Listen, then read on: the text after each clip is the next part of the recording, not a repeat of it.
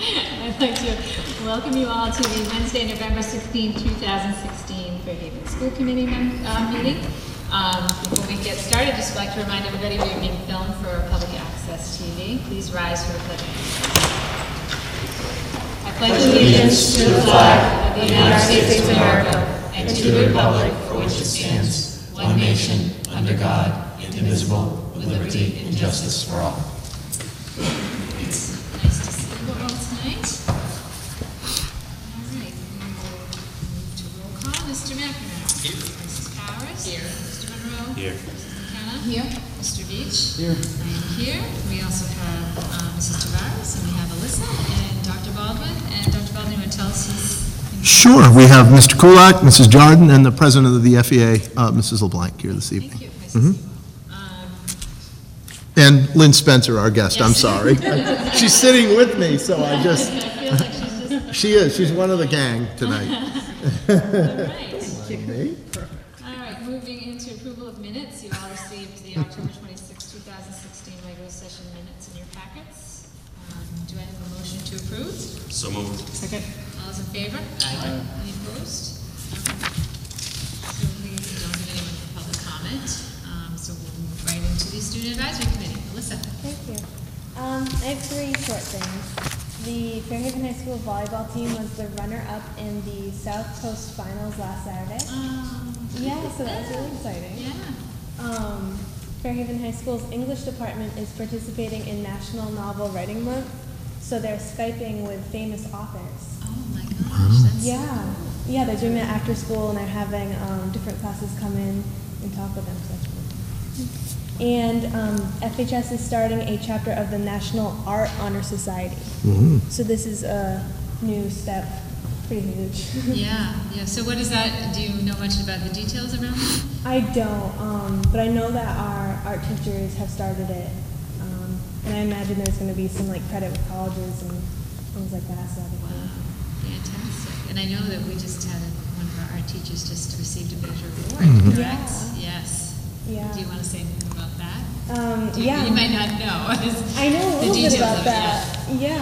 Mrs. Neville went to like a conference sort of a thing with Mrs. Lynch, and she got to speak, I'm pretty sure, and she got to probably talk about her teaching methods. And she's also there because she was the Massachusetts Art Teacher of the Year, Great. Christine Nebel. So she was honored this past Saturday night at a banquet in Boston, and I believe Ms. Moello attended on our behalf. So we're so honored to have another educator honored at the state level. Absolutely, that's fantastic. Well, we'll be interested to hear more about the Art Honor Society as things move forward. That's pretty cool. Sounds great. Anyone else have any questions for Alyssa? No? All right. Thank you.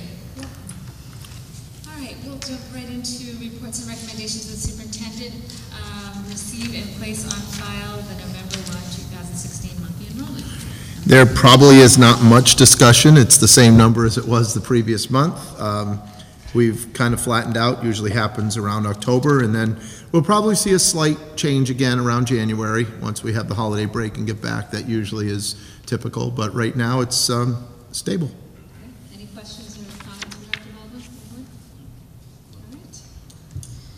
Okay, so we have a guest with us today, and we are going to now receive information regarding the district's 5-year capital plan. So Dr. Baldwin? Madam Chair, I'll be brief. The reason I was remiss in introducing Lynn Spencer is I feel that she is part of the team. She's been integral since 2010 in putting together reports on what needs to be done at Fairhaven High School, and we're so honored to have her firm of Spencer & Voigt, who has continued to work with us. This evening, she is going to walk us through what was, what is, and what should be. And I think I continue to remember Mrs. Powers saying, what's the next big thing? My guess is that when Lynn is done with her presentation, we're going to all know what the next big thing is on our agenda. So without further ado, Lynn Spencer is going to present what will be comprised of our 5-year capital plan, but you'll get the whole gist of it as she proceeds. Well, thank you, Dr. Baldwin. That was a wonderful introduction. But the best part of the introduction is the informal discussion we had before the meeting started. It was fun to talk with you about how you've come to know this wonderful building, how you were educated here. I have to give a different perspective. When my firm was fortunate to be selected in 2010 to do a conditions assessment, an envelope assessment, little did I know that I would come to know it by standing on a lift for a week, which is what I did. We had retained Consigli Construction to come on board with us for the envelope inspection, so we had a 90-foot lift here for a week, and with the help of wonderful Stanley, the operator, I was able to see pretty much every nook and cranny that we could reach, which was most everything. What we couldn't reach, we explored through the attics and various sort of nooks and crannies. Part of the team that was involved with this was myself. I'm a principal for historic preservation at my firm, Spencer & Vogt. Arthur Vogt, my partner, was also part of this exploration, along with our structural engineer, John Bologna of Coastal Construction, and Ivan Meidger, who is a masonry consultant. So it was a very focused team. You know, speaking of focus, this is a remarkable building. You know yourselves. The whole nation should know about this building. It is a national treasure. So here we have a building that was built in 1906 that has served, you know, countless generations of Fairhaven High School students very well. And we're at the point where we're 110 years into its life cycle. And as in all things, things have a life cycle. So tonight I'm going to take you through a little bit of the past, as Dr. Baldwin just said. No. I'd like to review what you have accomplished in the last 5 years and then project the next 5 years. So there's some handouts, and if you'll allow me, we'll walk through them together. This, by the way, is our report. I'm sure it's on files at various locations. I think there was also an electronic disc of it, so if you want to delve through the analysis that has led to some of the work, it's available to you. The first part of what I'd like to look at is what has happened over the last 5 years. We, in the report, had identified 5 different stages of, if you will, urgency. And the first had to do with life safety, things that were potentially going to cause harm, you know. And an example will be a Guastavino tile falling on somebody's head as they were entering one of the school porticos. We also identified things that were sort of chronic problems, leaking roofs, also stained glass, because some of the stained glass was precarious. So we will look together at this handout. It looks like this, and it starts with, this is the roof plan. So if you look at this is fairly complicated, but let me just sort of locate us. We are now in what was originally the gymnasium wing, now the library, right here. Here's the main block of the high school, and here are these sort of long gables, and that in the center is the auditorium roof. So what is shown in shading is some of the work that has been accomplished so far. So shaded, for instance, is the roof over the loggia, which was leaking in the teacher's workroom. There was also a small roof that was done over on the west side of the building. Also shaded are the 2 fire escapes that were replaced, completely replaced. And by the way, one of the things that I did, because I'm very interested in history, is I looked very carefully at the chronology of work and repairs and development of this building over 100 years, and that's in this report. And I remember coming across a reference in the 1950s when those fire escapes were added, because the fire escapes made it possible to use the 3rd floor rooms. Previously, on the west side, that had been the custodian's apartment. There was a live-in custodian. And the committee at that time talks about how unfortunate a design that is, how unfortunate those fire escapes were. And I have to say, you know, today they are renewed They're a little bit toned in color, but they still are an intrusion, but a necessary one. The other part of the code that we'll look at, well, we'll just flip to the next page. So a certain amount of roofing was done. On the next page, you see the south elevation of the building, and those little purple dots on all the windows indicate the summer's past project, which was an exterior painting project. The windows had not been painted since the last time they were done in 1999, when the conclusion of the school, of the extension of the school took place. You also see in solid, sort of purplish color, shading over the stained glass windows. That's because those windows were also restored in a 2-year period between 2012 and 2014. And then again in slightly gray shading are the south porticos. Those Guastavino tile ceilings were completely, first of all, the old tile was taken down, the ceiling was stabilized, and then new replica tiles were installed. The light fixtures were restored, and both the inside of the portico and the outside of the porticos were cleaned and repointed. So there was some substantial work done there. And then if you flip through the rest of this set, you'll see more of those indications of shading or activity. The point I'm making is that of the recommendations that were presented to the school committee in 2011 at the conclusion of our study, successive projects have taken place. And if you look at the summary, that of course I don't have a copy of it in front of me, but Bob's going to supply me. If you look at this summary, this is a financial summary of the investments that have been made. So overall, $1,260,000 have been invested in roofing, window restoration, Guastavino tile vaults, the fire escape. You'll see that the pink column are the construction costs. It also indicates the contractors that were involved in it. The purple column is a couple of purchases that were made directly by the school department. It was, let's say, well, there's no other way. It was cheaper. It was cheaper to buy limestone directly than through a contractor. It was cheaper to have the tile fabricated. We coordinated it, but it was supplied directly to the school rather than the contractor. So that's what that column indicates. And then the last column are the architectural fees, including the initial cost of the study. So that's the last 5 years. Now, before I go forward, any questions about what I've said so far? Okay. Right, now it's going to get a little bit more complicated, but if you'll follow me, we'll get through it together. So the next stack will return to that roofing plan.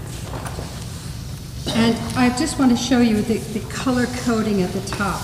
Here we go to a phased plan, and what I'm indicating is the first phase is shaded in a rose color, the second phase in blue, the third yellow, fourth green, and the fifth orange. So we said in our first study that in your future, a major roofing project was in the offing. And that's, of course, what you see here. You see in phases 4 and 5, we're saying the majority of this roof needs to be replaced. We've done some of it, but the slate work, its related copper, the flat roofs, all need to be renewed. The flat roofs, in fact, are dating from 1996, and they are ballasted membrane roofs, and they are near the end of their useful life. The slate roofs and the copper work have been repaired in a couple of episodes. In the late 80s and in the 90s, there were repairs. And if you go around and look, you'll see darker colored slate in some areas. You'll see copper that is brown rather than the verdigris, and that's the indication of those repairs. So the point is, there has been stewardship of this building, but it's kind of getting to a point where the totality of the roof really needs to be renewed. Slate will have an average life of 100 years. Sometimes it can be extended. You're in the 110 years, and depending on when this is implemented, it might be 4 or 5 years hence. I think Mr. Monroe had a quick question. Sure. So it's replacing the entire roof with slate, I'm guessing it would have to be. That's right, yeah. And it would not necessarily be the same type of slate that's up there. It would be, I don't even think is that, no, I'm thinking of the Rogers building, never mind. That was, Yeah, this is a green slate. It's most likely a Vermont slate.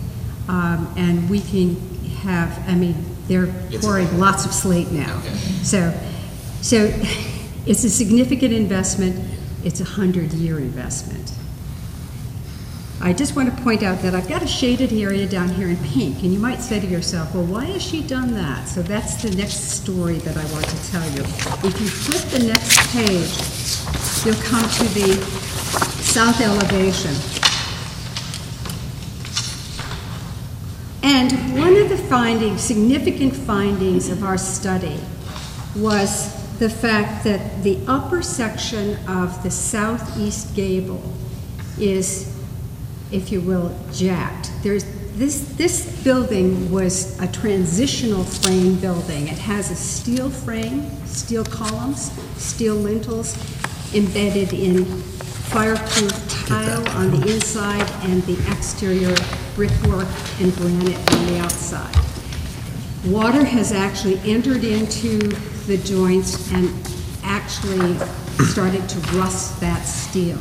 The most noticeable evidence of that rusting, which in my business is called jacking, because it lifts up. You know, rusting is powerful, and those of you around water here know it. It lifts up, it expands, and it has caused the masonry to sort of start to crack and move.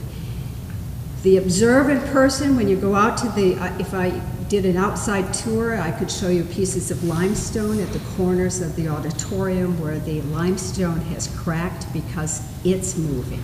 So it's very important to keep those areas protected from water penetration.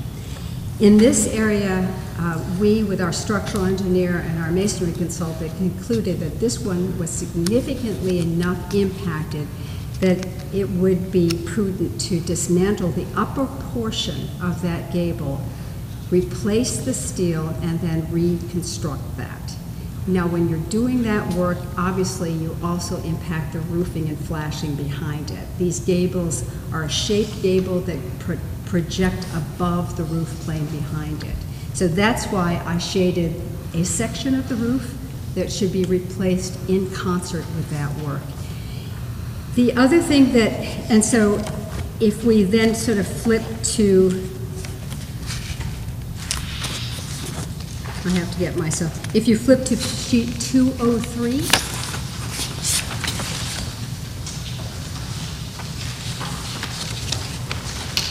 here,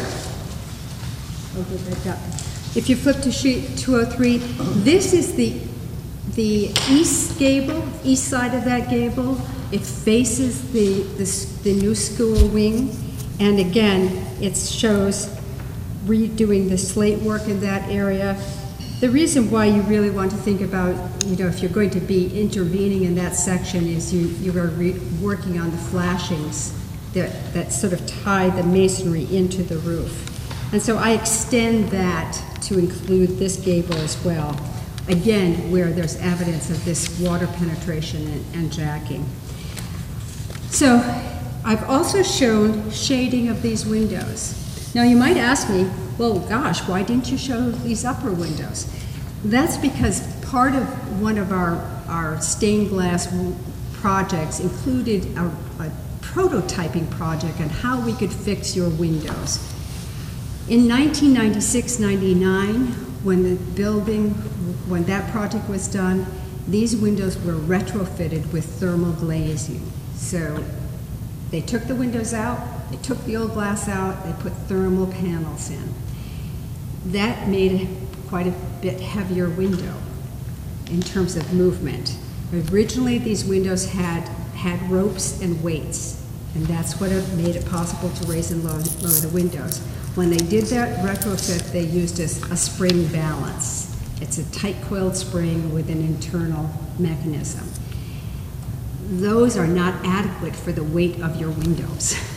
And so those of you who work regularly in classrooms know that it's hard to lift the windows or the windows come crashing down. They also are rattly. And so what we did here is to figure out how to make these windows safe to use.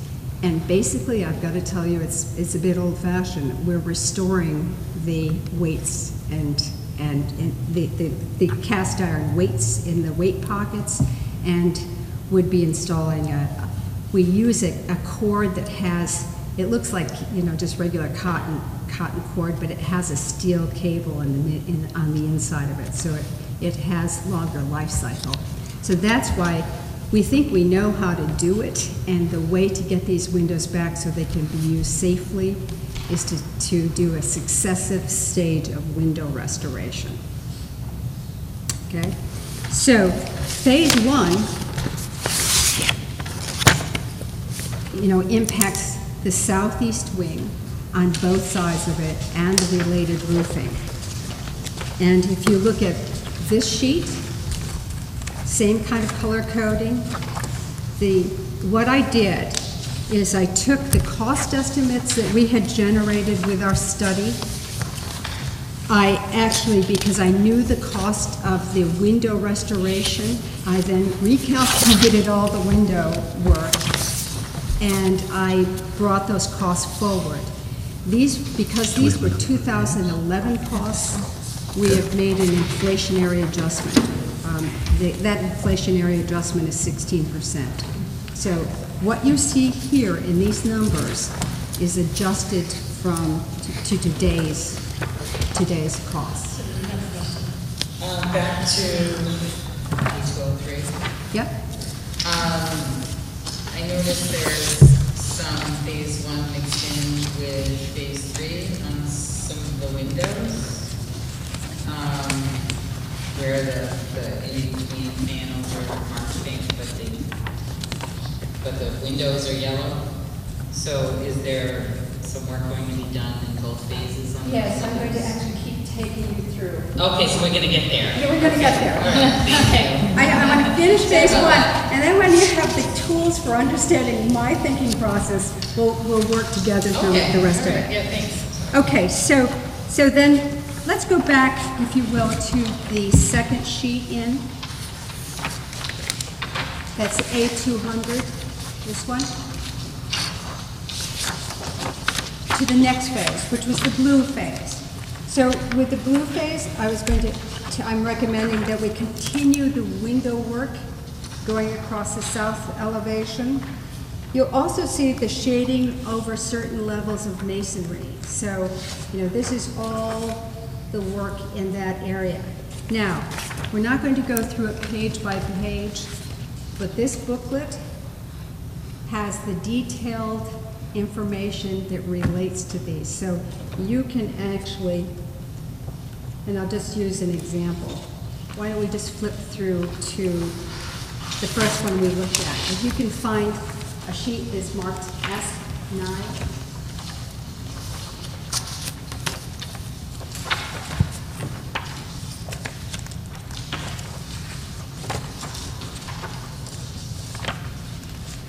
And I want to refer you to this little thing down here. You see, there's your roof plan, and it's slightly shaded in yellow. That's the key plan. That shows you where you are on the building. And then that's the elevation that we just spoke about as phase one. So when you have the time and the ability and the patience to run through this book, you can cross-match. And our recommendations for treatment are the notes here. Okay? So, carrying on with the second phase, we complete the windows and the masonry work on the south elevation and then wrap around to the west elevation. And then because I have this sort of logic about classrooms. We then wrap around to the northwest wing. This enables the classrooms to have cross ventilation, basically, in terms of windows. And the subtotal for that work is in this column. Now, I should also mention that you will see, as Stacia had pointed out, you'll see other colors mixed in here. You'll see that little red line again at that gable. Now, this is, I realize that I hadn't mentioned this before. This is the idea of trying to arrest the rusting of those lintels by cathodic protection. Now, what does that mean? That is basically setting up anodes and diodes and putting a low level of electricity through that beam. It doesn't take away the corrosion, but it arrests, the idea is to arrest continuing corrosion. This is a treatment that has been used on bridges and buildings and, you know, most recently I can give you an example. You know where Plymouth Rock is kept done in Plymouth? The pavilion above it has Flostavino tile and had the same problem with corroding steel. They set up cathodic protection to arrest the rusting of that. The cathodic protection there is supplied by a couple of little solar panels on the roof. And so I had a conversation with your head of science about the idea of perhaps having the kids be involved in, you know, setting this up. I am not absolutely certain that this will work here, but we think that there's a pretty good reason to take a run at doing this because it can be a significant savings long term. So that's what that cathodic protection, which appears under phase 1, is about. Once phase 2 is the blue, and that's subtotaled at $1.9 million. Then we continue with yellow, and this is the north elevation. Now, you might say, well, gosh, wouldn't the north elevation be further deteriorate more than the south elevation? But in fact, it's sunlight and prevailing weather that is, and you get your prevailing weather out of the southwest that is most troublesome. But we continue to do the work here on the windows and related masonry. Some of what we do when we think about a project is where we have the sort of, if you will, the mobilization and staging sort of argue to do the work together. You try to get as much value out of setting up for a job as possible. Going back to the point that was raised earlier, we see that for the yellow windows, they continue to then wrap around that one that you were pointing out earlier. So between the windows and the masonry on that phase, that is subtotaling at 1.2. And now we get to our roof. Now, I will say, in the best of all possible worlds, you do the entire roof at once. What you may do is to have the slate quarried and saved, because there are color variations that occur in the quarrying process and the solicitation process. But we felt that it would make sense to tackle the main part of the roof, and because that roof plan doesn't show you the details of what's a flat roof and what's a shaped roof. So if you go to your packet, you'll see in the very first couple of pages a diagram that shows, you'll see the total roof plan, and then you'll see the west wing and the east wing. And you can make the distinction between where you have flat roofs and where you have shaped roofs. Roughly speaking, on the south portico, for instance, you have over your portico roof itself with a beautiful limestone balustrade, you have a ballasted membrane roof, and then up above it is another ballasted membrane roof. What's a ballasted membrane roof? It's a roof with stones on it. In today's environment with the building code today, we do not recommend a ballasted membrane roof. It's in a hurricane zone, it's just a flying projectile. So we are recommending a membrane roof in those locations. On the upper part of this roof, there are also flat roofs. You have to be on a lift to get up there to see those. But on the actual spine that runs across here, that's all a flat roof. And then there's shaped roofs off to the side. So there's a combination of roofs and roof types here, and it's not uncomplicated. It's a complicated system. But as I was talking with one of your colleagues earlier today, it looks like a complicated building until you actually study it. And then you realize that there's the art of the architecture here was to make it look bold and noble, but in fact it's a very rational building in terms of plan and design. The last phase of roofing that we recommend, because it's reasonably discrete from the main roof, was the library wing, and that's shown in orange. So, what you learn when you look at this is that overall, in today's dollars, we're projecting $7.3 million worth of investment in the building envelope between windows, masonry, some structural repairs to that southeast gable, and the roof itself.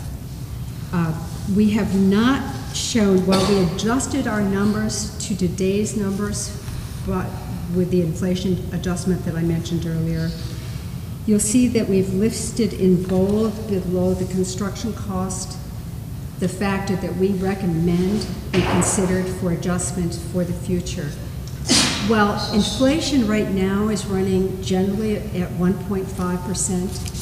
What we see in the construction and building field is closer to 3%, sometimes 4%. So we are recommending that you use a factor that would add on 3% per year. When I first looked at this building in terms of the needs in 2011, our projection of cost was $7 million. This subtotals $7.3 million with the investment that has already been made of $1.2 million. So you can see what happens. I mean, work postponed doesn't get cheaper, it just gets postponed. And the costs continue to be the costs that they are. So I have just been rattling on with a lot of material, and you have been very, very patient. So please jump up with or out with questions or comments. I just have a question about the steel. Is there any factor of scale for how much damage is the cost of the steel? I'm sorry? Is there any factor of scale as to how much damage has been caused by the weathering to the steel that you were saying? I'm sorry, and I'm having trouble. Did you say, is there a factor? Of scale. In other words, how much damage?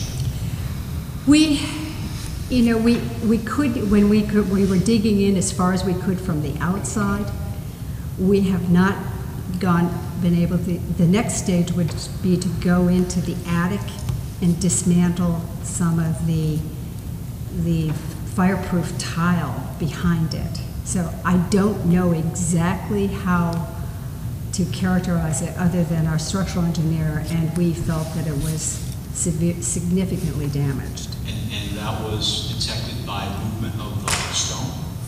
You can see it by the stone, and actually there's a big gap. I had it caulked in when we were there, but it was a significant gap.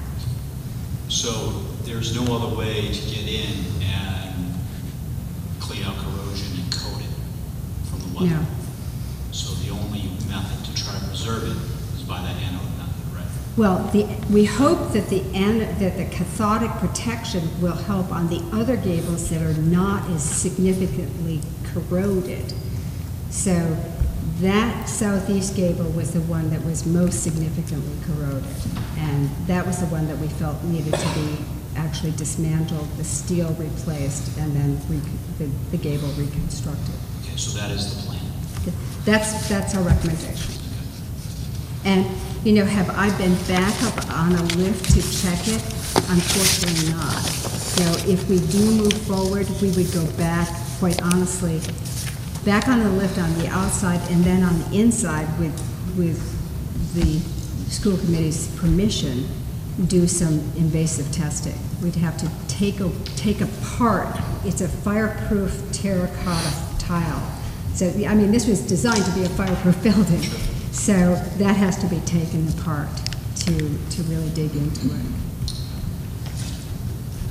Questions? Yes, Mr. So for Dr. Baldwin, in the rest of our packet here, there's the window project. I'm glad you that's, yep. That's part of this, right? Right, can I just explain this? When Dr. Baldwin asked me for a recommendation for the next CPA grant, I did put together this window recommendation, and it was a combination of the southeast wing and the northwest. So when he then asked me for a 5-year plan, I said, well, okay, we could sort of divide this up a little bit more. So that's the reason why there's a discrepancy.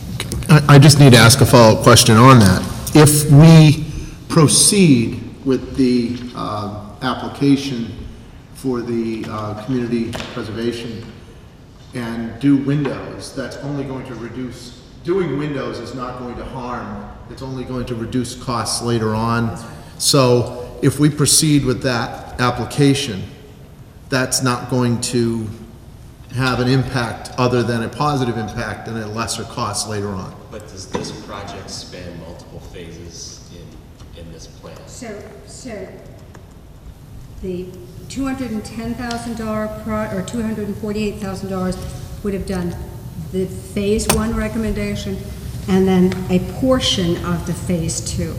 Okay.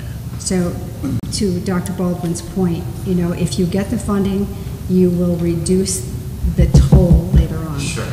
No, we won't know as a result of doing some of this work ahead of schedule, essentially, right? Phase 2 is part of prior to even phase 1 from the beginning. I mean, in total, we won't have to redo any of that work. No. We'll take it apart. No, the windows are discreet enough that you can do them as you have the funds, quite honestly.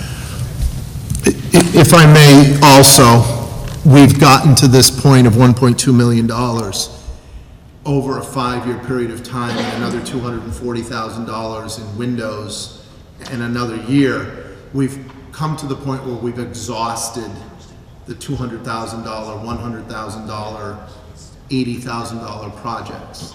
We are now to the point where we have to talk to a group larger than us, the town, the school community, about next to the big tickets. You're looking at 1.2 million, you're looking at roofing projects. So this window is a head start and is still something within the framework of that grant proposal. But at the same time, once that's exhausted, the rest are no longer small projects. We've got to look to a 5-year plan that is significant in nature, and the first of which is remedying an issue that is pretty serious. Well, yeah, Mike, and that's my concern as well, because that was first, when I first got on the committee in 2011, I believe, is when that was first brought to our attention. And so now here we are, almost 6 years later, and I'm told, I mean, I know that there was a, temporary Band-Aid put on it to try to stop the water penetration, but I mean, who knows if that's still holding, if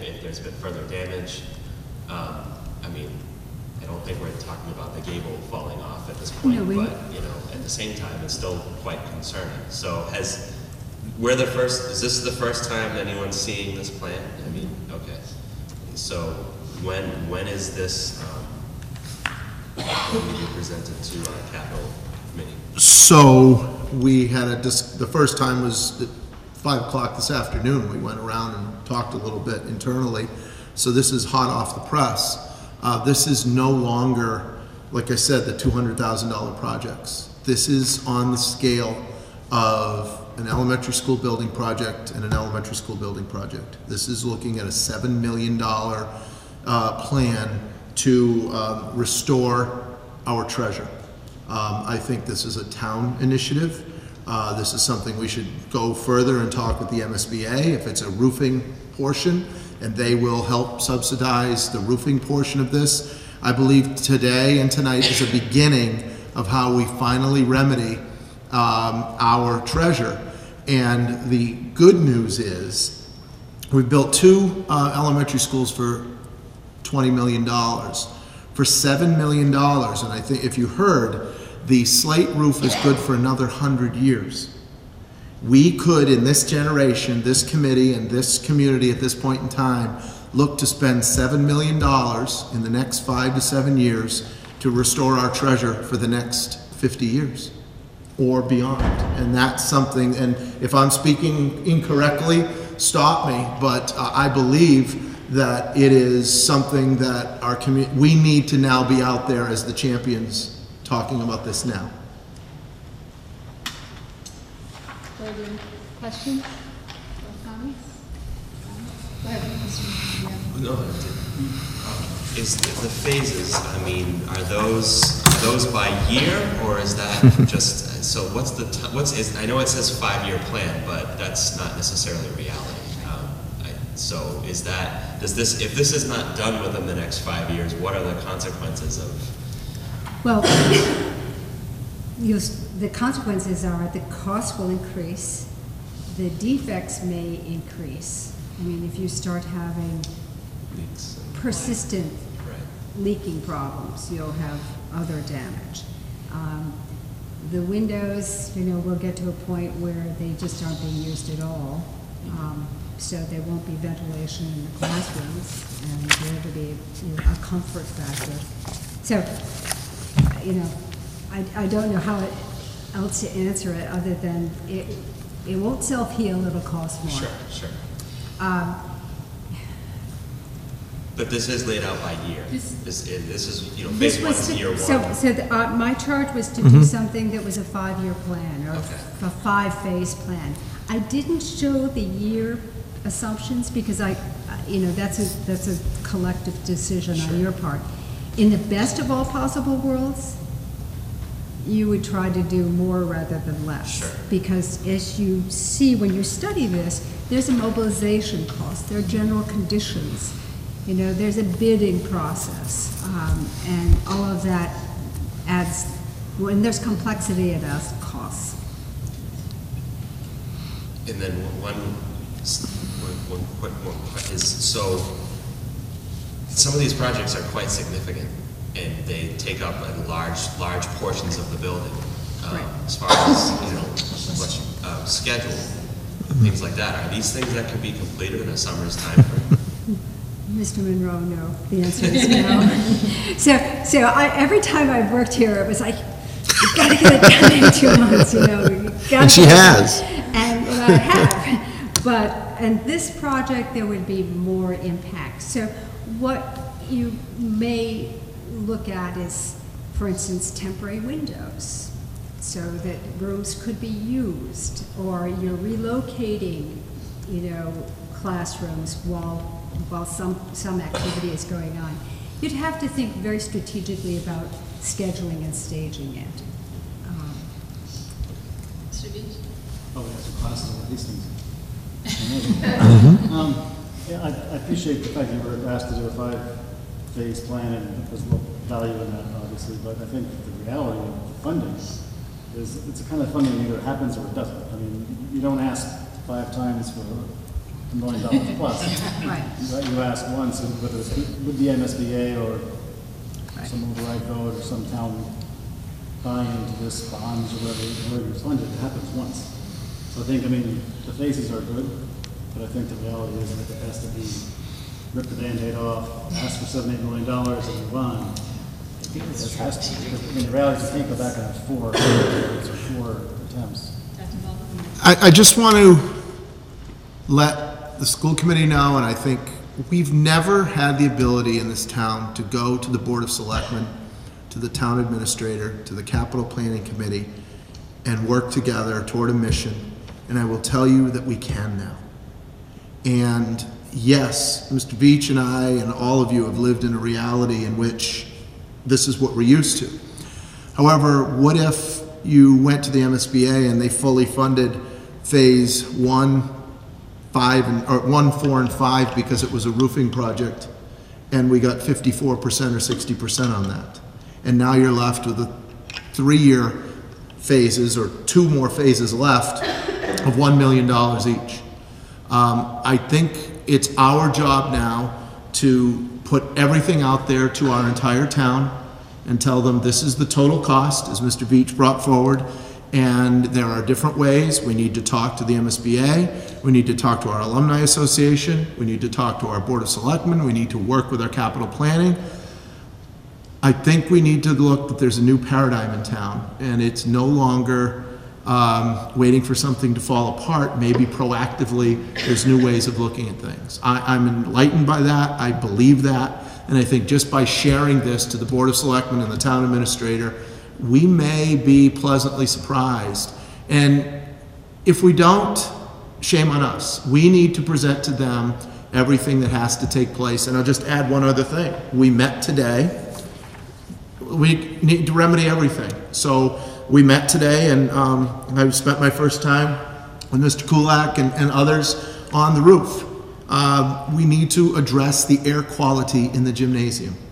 For 18 years, whether it's a graduation or fall sports, it is not air quality that is what it should be in the gymnasium. We had a firm looking at it with us, and again, it'll be under the guise of our architecture firm that's looking into this. And I didn't realize that 10 to 15 times a year, this room is closed because of the heating problems that take place in it. That the heating vents are above us and heat rises. And so to heat this building, you have to heat the rest of the building on a Saturday to get this building warm enough on a Monday. This room building warm enough on a Monday. So we are going to throw the entire menu out to the school committee and to the town to say, these are our issues, they're real, we've been asked to do this as a part of a capital planning committee, and see what happens. When does the high school debt expire? Next year. Okay. And then East Fairhaven School will be coming on the heels of that a few years after. Several years after. Not far, but too far out to worry about. Very far out, 2007. You said 2000, no, but yeah, that's when the debt started, right? Yeah, okay, but regardless, that's kind of neither here. But so, in addition to these things, though, I think if we're going to go and rip off this Band-Aid and ask for this much money, the things you just mentioned, air conditioning or air quality in the gymnasium, air quality in here, turf field, I mean, the things... I didn't mention that. I did. So what I'm saying, though, is that the things that, these are the absolute critical things this building needs, but when you're asking for $7 million, you're asking for $10 million, what's the difference? So, I just, you know, I mean, when someone tells me something's going to cost me $30,000 versus $33,000, $3,000 isn't a huge deal. I know $3 million is a lot of money, but what I'm suggesting, though, is that it's all, you know, you go for the gusto when you can, and you get this building up to, you know, obviously you want to fix the structure so that it's sound and safe, and the envelope is good for the next 100 years or however long this will last. I mean, the roof and everything else. But at the same time, you know, let's fix the things that have been, you know, problems, and if we can. If while people, and I'm not worried, like the Wood School, obviously that was controversial. This is not. Correct. I'm not worried about this at all. I Correct. think this is going to pass going away if we had to go to a townwide ballot. This is the preeminent, you know, spot in the town, and you know, so if this is absolutely required. So I would suggest that, like Mr. Beach said, you go all in, you know, and total up. We know the cost of this, and then total up what are the other things that this building must have to be a premier high school in the South Coast that it is, you know, grade and score-wise and things like that. But let's make it beyond that. So I think it deserves it. So the agenda item says discuss information regarding the district's 5-year capital plan. The charge was to put together a 5-phase, 5-year plan. I am hearing that on November 28th, I'm going to submit this to the capital planning committee.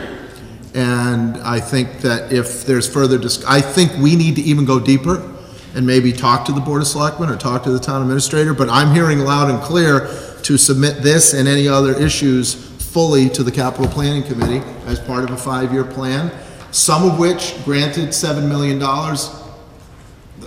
logistically, it probably all can't be done within a year or two.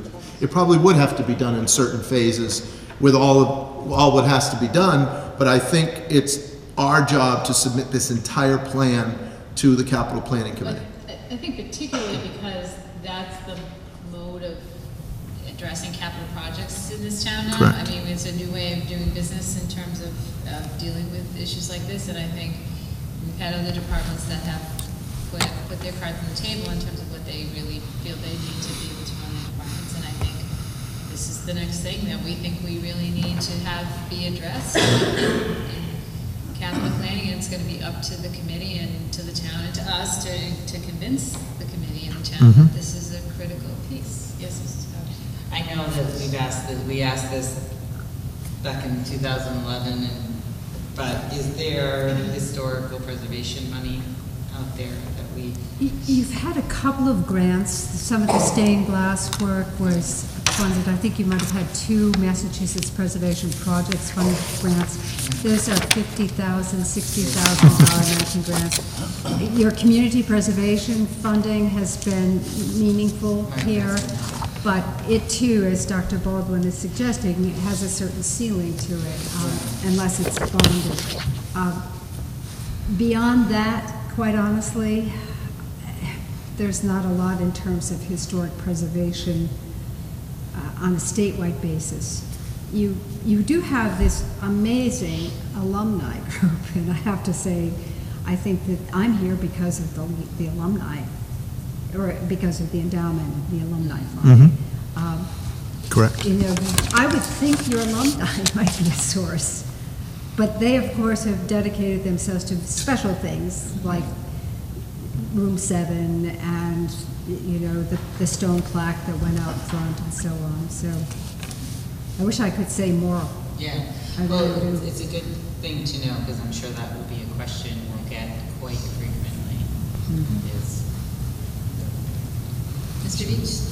I think Dr. Baldwin alluded to it, but you know, the capital committee is a good start, and it's a great resource to have in town, but like our little projects have been used up, the capital committee only has a certain amount of money put aside every year to work with. So this is, maybe we can work through them, but I wouldn't want it to get bogged down in that circular argument of, well, there's so much money we have to spend.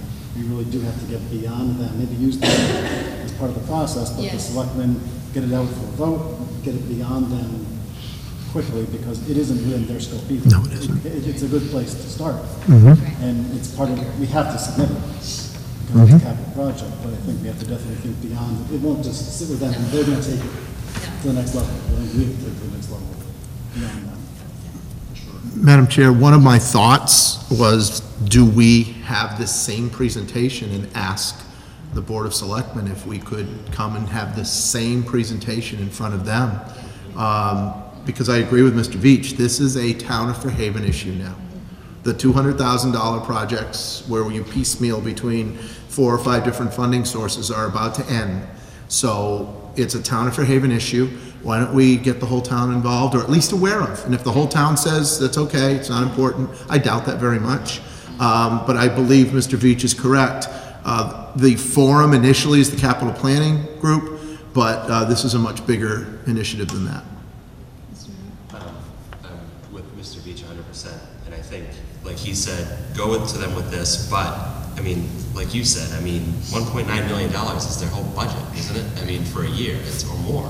I don't know what their budget, what their 5-year capital plan is, but I can't imagine that you're going to suck up the entire thing. So I think that bringing this to the selectmen is the absolute right thing to do. But when we go to them, you should like we talked about, if you are going to expand it, do it prior to that.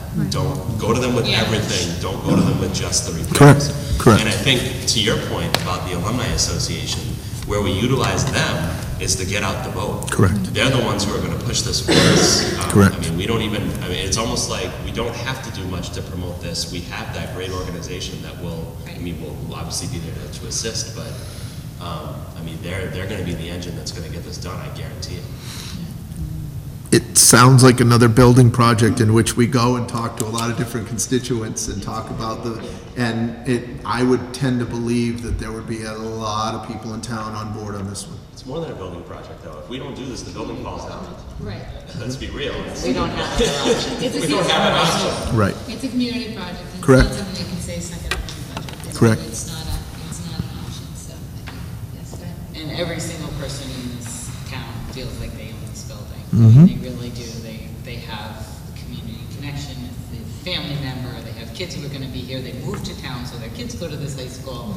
You know, there are a lot of, I think we'll get some support, but it's gonna be being forthcoming, being in front of people, telling everybody why it's important and what our options are, that we don't have any options, so just really laying it on the table for the whole community to see, because we have a real project here and a real problem. I think we can get the community behind this. Yes, Mr. Beasley. I'll say it was funny, back in 2005, when I first ran for the school committee, was involved in this whole campaign thing. Every single person who was running for any office in town, I went to Fairhaven High School. And there I was, the only bozo in the room. I did not go to And you're still here. anything in this town, or anything else, I went to Fairhaven High School. It's the first thing they say in every speech that they make. So it's a lot of, I went to Fairhaven High School out there. So I think that's going to bode well for Yeah, absolutely. As long as- Madam Chair, I just want to also publicly acknowledge two people. One is Lynn. I don't think she's a contractual service. She is vested in this. She knows our school. She cares for our school. She was up on the roof today taking pictures of things that I didn't know what she was taking pictures of, because she is a huge advocate for us and someone that really cares about Fairhaven High School, and I think we're very fortunate. And I want to publicly thank Paul Kitchen too. What's been accomplished when we talk about the limestone and things and buying things and saving money and being cheap, that was Paul. Paul Kitchen absolutely spearheaded all of this. He's the one who said, call Lynn. He's the one who said, go through all this. And so we're sitting here today because of Paul's vision and work. And now we've inherited Lynn, and you're stuck with me. But Paul deserves a lot of credit for all of that work that was done. And now the work that he did, it's time that it's the whole communities to take this. But he was huge in this, and we're very lucky to have Lynn. Yeah, absolutely. Well, thank you, and I have to say, you've been an absolute pleasure to work with, and Paul was a joy. But don't forget Nanny. Yes, I know. That's right. That's right. And Christine this summer, it's Yep. a team. I've always felt that this is really a collaborative environment down here. Working together to solve a problem in a place that is beautiful, where people appreciate it. That means a lot. It means a whole lot. Yes, go ahead.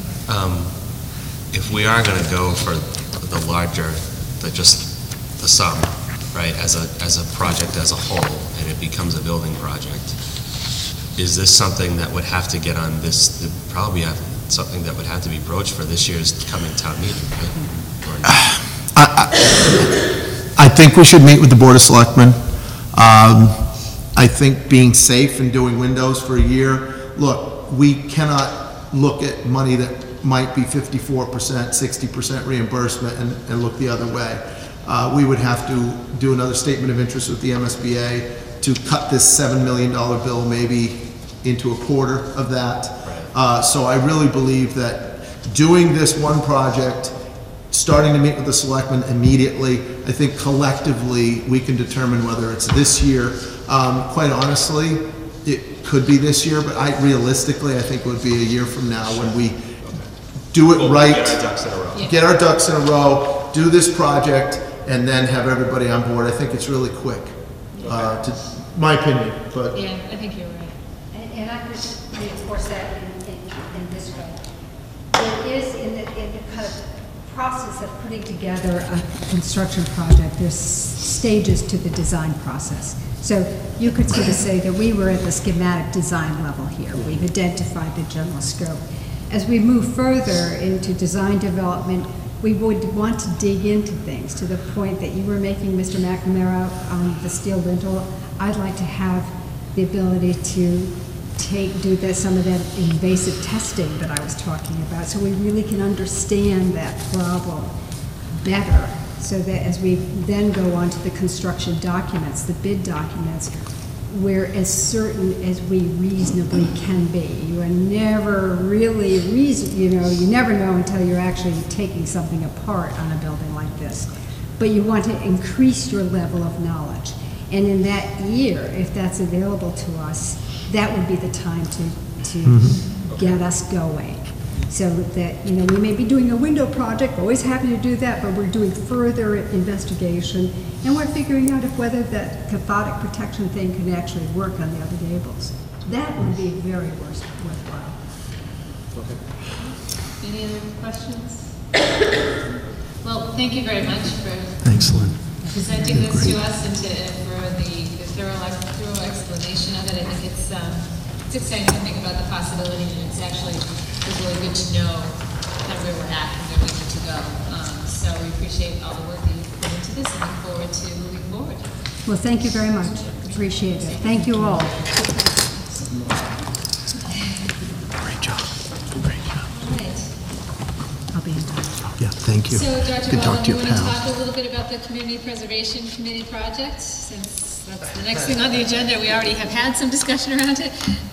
I think it was good to hear, and I think we, at the end, kind of wrapped it up, that it's okay to move forward with this. Yeah. This is probably the last phase of the smaller, and 240,000 is not smaller. I just want to explain how this was developed.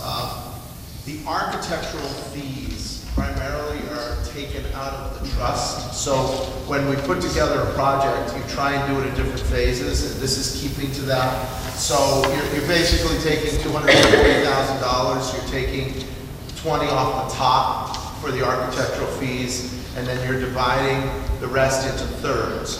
We're asking the community preservation grant for 1/3 of the money, and then we will be asking the capital planning group for 2/3 of the money when that is submitted.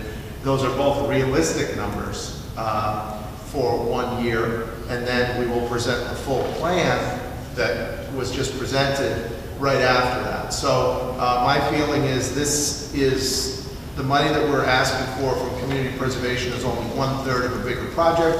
We're piecing it together with 3 funding sources. I believe the town prefers that and likes that, so it's not all out of one. The other 2/3 will be the capital planning, and the architectural fees will be out of the trust.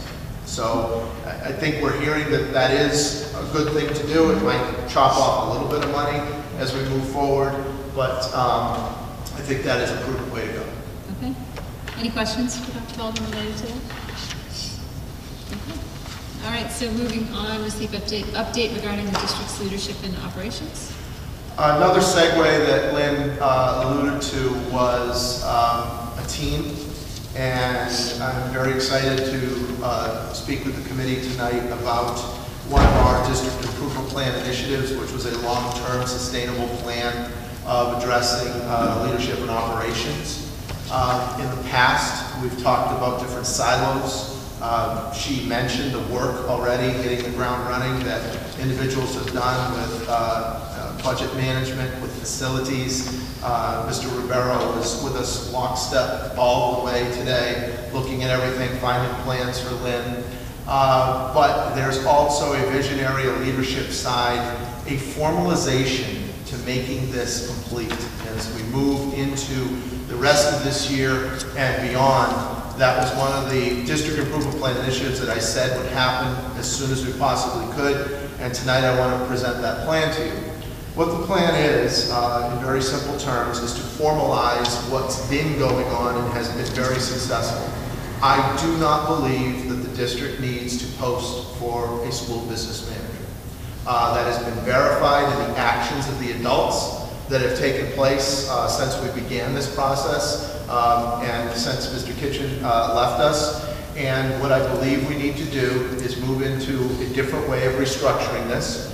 One would be to immediately, as of December 1st, appoint someone who has earned with their talent and abilities the title of Interim Assistant Superintendent, still being the lead principal of Fairhaven High School, still being the face, the figurehead, but at the same time being able to work on district initiatives, overseeing operations, making sure that our new administrators have the immediate support that they need, taking a position that was financial in nature and turning it into one that is teaching and learning, operations, etc.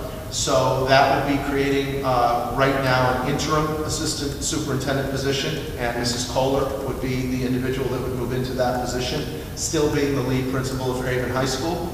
I believe that the people at Fairhaven High School would not see much of a difference, if any, in what's currently going on. For the last couple of years, Mrs. Kohler has been integral in working at the middle school and making sure that that transition is working, and she needs to continue that, but she's been doing that for 2 years, and Fairhaven High School knows that she isn't always at Fairhaven High School. She's been at the Hastings Middle School. She's also been very involved in the leadership phase of the Mass Secondary School Administrators Association, on various committees, putting a name and a face to Fairhaven High School. And so this is a perfect way and a place for her to make our district even better. At the same time then, all of the powers and the co-running of Fairhaven High School would be under the direction of an associate principal who would be working with Mrs. Kohler, and that would be Mr. Kulak, who's also here this evening, who's been amazing since he's come to us. Again, I don't think Fairhaven High School would see much of a difference. What Mrs. Kohler has done at Fairhaven High School over the years has built what we've tried to do in this district. It is to give our district and give our schools to our talented adults. One of the best examples in the crowd this evening is Mrs. Jordan, who is one of the best teachers there is, but more importantly, is one of those people behind the scenes that is the heart and soul of Fairhaven High School. Mrs. Kohler has helped nurture that, and so they're not going to skip a beat. They're not going to see anything different. When they still have leadership meetings, it's still going to be Mr. Kohler, Mr. Kulak, and Mrs. Jordan, and that team making sure that Fairhaven High School is even better. And then finally, to formalize this and make it right, we do have someone who is a star. She's our current director of technology. She is certified as a school business manager and can create the leadership and oversight in the areas of finance. So I would have an interim director of technology and finance in Nicole Potter. We have been working as a team since the beginning that we transitioned this. This is nothing but formalizing what we currently do. We have silos of teaching and learning. We have silos of student services. We have silos of human resources. We have a silo of operations, and we have a silo of facilities. Mr. Ribeiro, Mrs. Mitchell, Mrs. Tavares, the teaching and learning with the building principals. We'll just have a layer. It's a way, again, of us acknowledging the people who get the job done on a daily basis, putting them in positions and supporting those even better. So I bring forth to you tonight that as of December 1st, I would love to implement this new plan. I have run it by our district's legal counsel, and it said it is more than fit to do. I present it to the school committee respectfully this evening and would have full job descriptions in your hands by the next meeting. I did not want to do them an injustice by rushing them to you. I wanted you to get them when they were complete and correct. But they've been doing this work. We're just formalizing this work. So I present it to you this evening as a way to, we talked about the transition a year ago. Now we've completed it by formalizing all of this. Very good. All right. Open it up for questions or comments from folks. Anyone? Yep, Mr. Beach. Congratulations. Well done. Yep, Mr. Monroe. Well, congratulations to everyone for, and thank you for a job well done. I mean, I can honestly say that as a parent in this district, I mean, all of my children have gotten great educations, but I didn't go to Fairhaven High School. Went to Abington High School. It was Green Wave. Sorry. But since moving to this town, I've always kind of been in awe of this building, and I didn't actually see the inside of it till I got on the school committee. Even though I moved here in 1999, I didn't see the inside of the building until after 2011. And I am, and nothing against the Wood School or the new Wood School or HMS, but I can't wait for my kid to go here. It's just because it's just got this aura about it. It's just an amazing place, and so that's why I say to myself, we're not going to have any problem. To me, this is a slam dunk. I hope I'm not being overly optimistic, but I think it is. But Mrs. Kohler, you especially though have and I mean the people that have built this building up for many to but I do think though it does take the right leadership to steer the ship in the right direction, and then to get everybody on board for that mission and to make everyone feel like they're part of it is just tremendous. Because there's been many, people that have been in charge of this building in the past, and they've all done great jobs, I'm sure.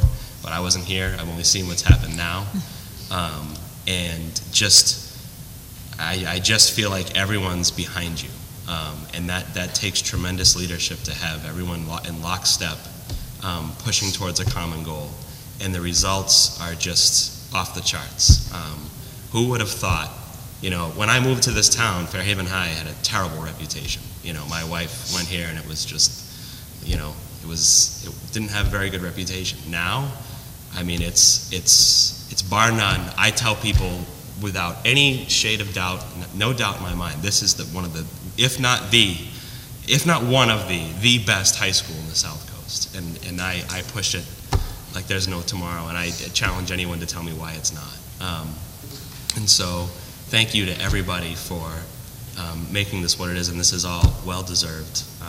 And I look forward to, the next, many years to come. Okay. Great. Anyone else? Yep. Sure. Well, congratulations, well-earned, Tara, Mrs. Kohler, sorry. But I'm curious to know, with all these new titles, I'm curious about the Director of Technology and Finance, and really what I want to know is, who's going to be that person that finds us those cheap limestones?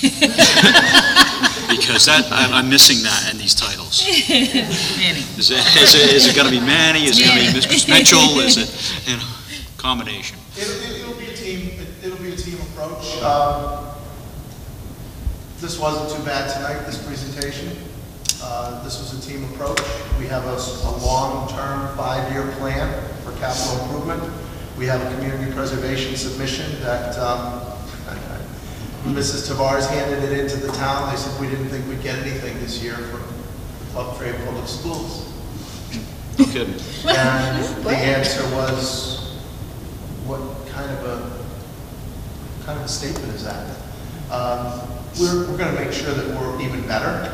We're going to work together. There are people that sit in rooms and will not allow anything to fail. We told you that in June, and now it's going to make it even better because we have people in positions. Mrs. Kohler is not going to have anything happen to her for Fairhaven High School. I'll bet you that. Neither is Mrs. Gard, neither is Mr. Kulak. And to have someone fortunate enough as a person in technology and finance to help work with Mr. Rivero and Mrs. Mitchell, to have the sidekick over here who's really the one who runs the place, and Mrs. Tavares is a part of this too, we're going to be fine. And it's just identifying the loyal and trustworthy people who will not let it fail, putting them in positions to get the job done. So to the individual who asked how we did this, did it because that's what you're supposed to do. And we'll continue to do that. So I believe that the right people are in place to oversee it all, and if not, we'll bring in Lynn Spencer and ask the questions. Well, I was just going to, the comment I was going to make about that, just to follow up with the question, Mr. McNamara, is that we have the benefit of the relationships. So she's the one that actually helped I think, guide where those limestones were bought from.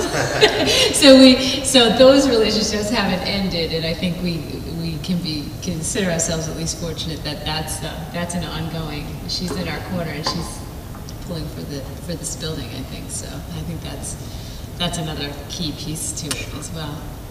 Yes. So congratulations and lucky us.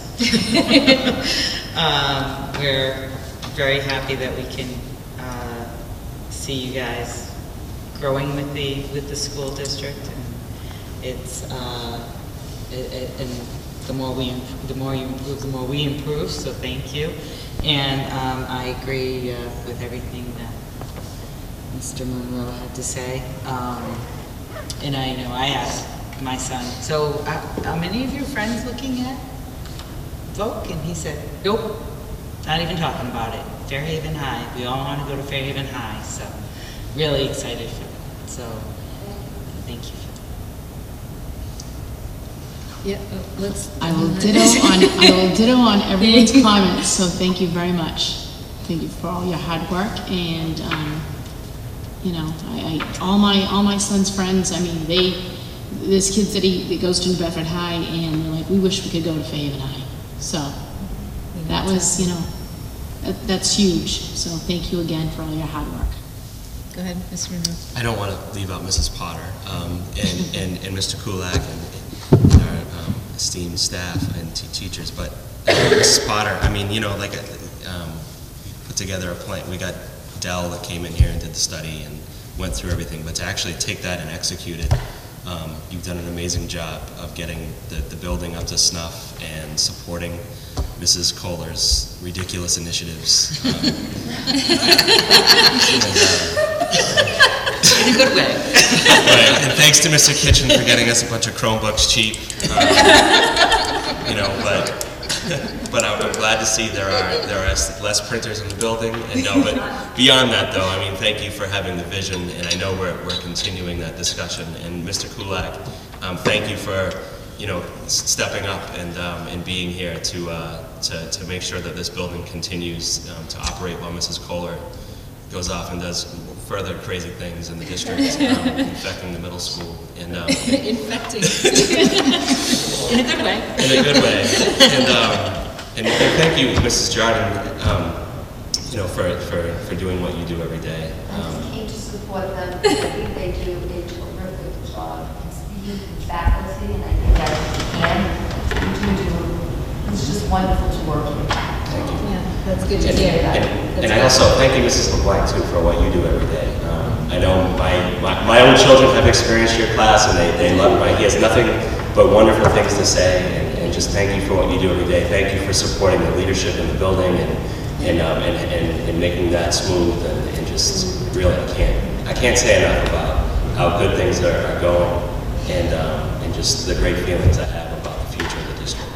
My turn. Sorry.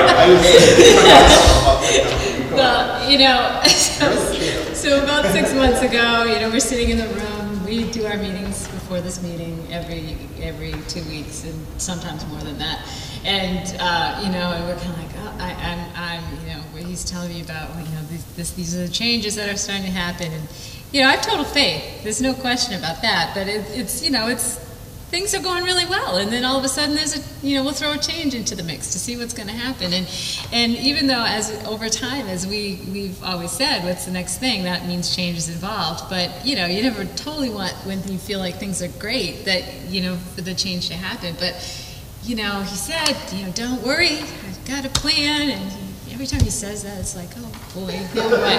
And so, but it's true, and you have to let it evolve and let it happen, and it's not always easy. And every year we say, okay, last year we had, you know, fire extinguishers, or last year we had, you know, this year we had. So it's every year. Oh, it can't be, you know, this year's going to be different. It's not going to be okay, and it has been. I guess the point I'm trying to make is that we figure it out, and that's the beauty of this, is that it's an evolutionary piece that happens, and we figure it out, and it's fantastic to see that we can do it, you know, kind of pulling from within and helping the team to grow, and that's really a key piece. I mean, because we went from, you know, you coming right before you had your first child to talk about technology to us to here. And I just think it's terrific to know that we have been set up, and so we have to thank you for that, too, Dr. Baldwin. And I think that that's a big piece of all of this, is that you can have the vision, you know the players, and you can think about what could work. And you are masterful at being able to pick out the strengths and being able to make it come together. And so we are fortunate as a committee, as the people charged with trying to help support that, to be able to move, to be able to say that we can do that, and to see it coming to fruition. So it's exciting to see them formalized and things moving forward. Thank you all for doing it without the formalization, because I know that's a huge leap for you to take too. So to kind of trust the process and let it happen, and let us kind of move as we need to, because I think, you know, again, we can just only continue to progress, and in ways that, you know, we can't even imagine today that we might see in the next 6 months. So appreciate the work. Yeah, lucky, yes, as Mrs. Bauer said, lucky yes. So go ahead. Now just real quick, I do want to say one thing on the capital plan that will also be added thanks to the work from Mrs. Potter, is we are going to begin to start working with the town on connectivity, and she's meeting with people from Comcast, and it will also be submitted in the capital plan, working with the town again, connecting all the town buildings that need it and the school buildings that need it. We're one community. It's the fourth utility. Everyone has that utility now. So why don't we get the best for our community working together? And so she's been working on that, and that will also be submitted in the capital plan. And I want to thank our teachers here tonight too, for trusting that we do have good intentions, and for letting us lead and trying the best they can to trust and believe that we do have the right intentions, because we have very, very little resistance. We have people trusting us and saying we're going to move forward, and that is unique. There are a lot of places that can't do anything and can't have conversations, and so the openness of our teaching staff to allow us to try and do things to make it even better for their benefit. So they're the stars. They're the ones in front of the kids that make a difference. It's our job to support them. Absolutely. And for them understanding that, it goes a long way. So, enough. Yeah. Great. Well, if there's no other commentary, we just need to talk about what's upcoming events. And the next meeting is December 14th. That's our only meeting in December. So, anything else though? I mean, there's winter concerts and all of that stuff that's starting to pop up. I've seen a couple listed. Yeah, go ahead, Mrs. Powers. Middle school concerts, 6th grade and jazz band is December 6th, and then the 7th and 8th grade is December 20th. Right. Jazz band there too. Good. Don't forget to look at the Google Calendar that's online. That should have all of the events on. Okay, great. I have one calendar item also. Mrs. LeBlanc, you can be the bearer of the good news, is that I will determine that the Friday before the Christmas vacation will be a half day for students. So you can say, he wasn't going to do it, and I got up at the meeting and I told him he had to do it. We'll back you on that. They'll have your back on that. But it just makes sense that the last day on the Friday, it makes total sense to have a half day for students, and that's what we'll do also. And one last piece of information that isn't calendar, but we did submit it today. If you want to put a quantitative figure to what's going on at Fairhaven High, we billed Acushnet for the first bill, one of 3, for $839,835, which, if it was multiplied by 3, would be $2.519 million. In 2009, it was under $1 million. And when we first started, Mr. Beach, you know this very well, it was projected on the Mass DOR as $500,000. Yeah. So the Fairhaven Public Schools is absolutely helping the town of Fairhaven, so that when we talk about initiatives that we need, we are doing our part. Yep. Great. All right, we have no unfinished business and no new business. All in we've got left, or any comments or questions from committee members, things you want to bring up?